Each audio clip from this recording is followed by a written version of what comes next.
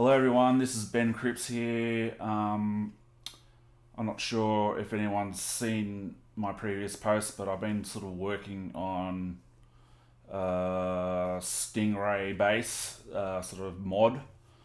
Um, yeah, I've called it Project Povo 77. It's like basically a cost-effective way of getting like a pretty classic sound out of a cheap Stingray. Um, so yeah, I went out and bought this bass here. This is Sterling Ray4. It cost me about $582. And what I did is I put in a clone of a 77 Stingray preamp. I replaced the electronics that were in here and put the 77 clone Stingray preamp in there, and also replaced the pickup. And I got the preamp and the pickup from this company called Retro Vibe, who are based in England. And yeah, I ripped out the original electronics and put these in. I gotta say though, the original electronics weren't too bad. It's actually a usable bass as it was stock. I just found it was a little, what's the word? I don't know. The bass is a little bit sort of muddy sounding, but it certainly, did sound like have a Stingray vibe about it. Anyway, I've done the mods now. Unfortunately, I don't have a before video. You probably have to go onto YouTube and see someone else playing it before. But before I go on, I've done to show you a couple other mods I've done. So obviously, preamp, new pickup. I'm gonna keep the bridge for now. It doesn't really bother me that much. A bridge is a bridge as far as I'm concerned. But I did chuck on some new tuning pegs, machine heads for this. So I had a couple of spare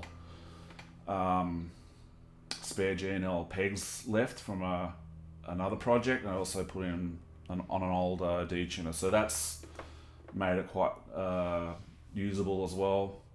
I've done a gig on it. I reckon it sounds great. But yeah, I'll just do a little demo now to see what you think.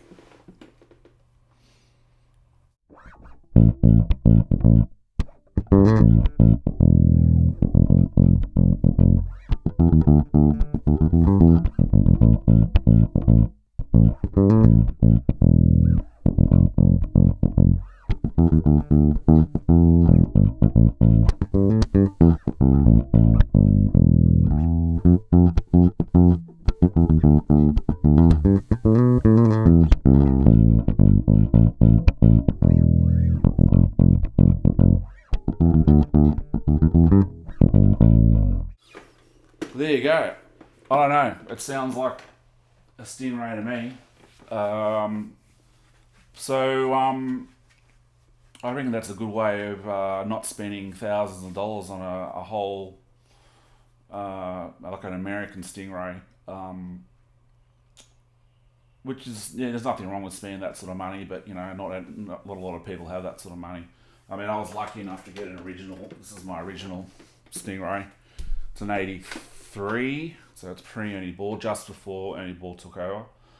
I was going to do a comparison, but they actually do sound quite different. I think with this preamp, they kind of they mellowed out the sound a bit, so it's not really a fair comparison. They both sound unique in their own ways. I mean, this obviously is like one of my favourite basses.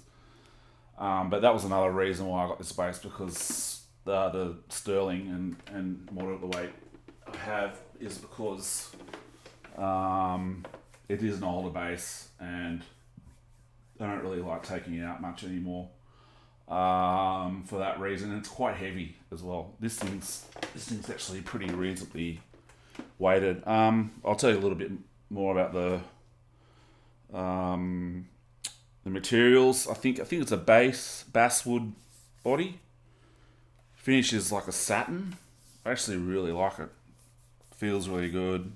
It's a nice weight, and it's obviously a maple neck with a maple fingerboard.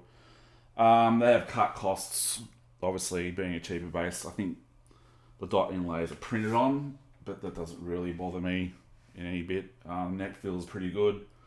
It's in if you like jazz style basses, the Sterlings actually have a thinner neck, so more like a jazz bass neck. Although I feel it does get slightly wider as you go up the neck, so it's not your typical jazz bass neck where it's a little bit slimmer.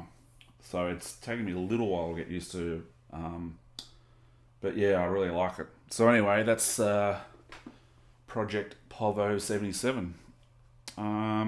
Yeah. So if you want to save a bit of money and get the Stingray experience, I recommend you possibly do what I've done. I think the total cost was, hang on, I'll put it on my computer here somewhere. It was $840. So that's not a bad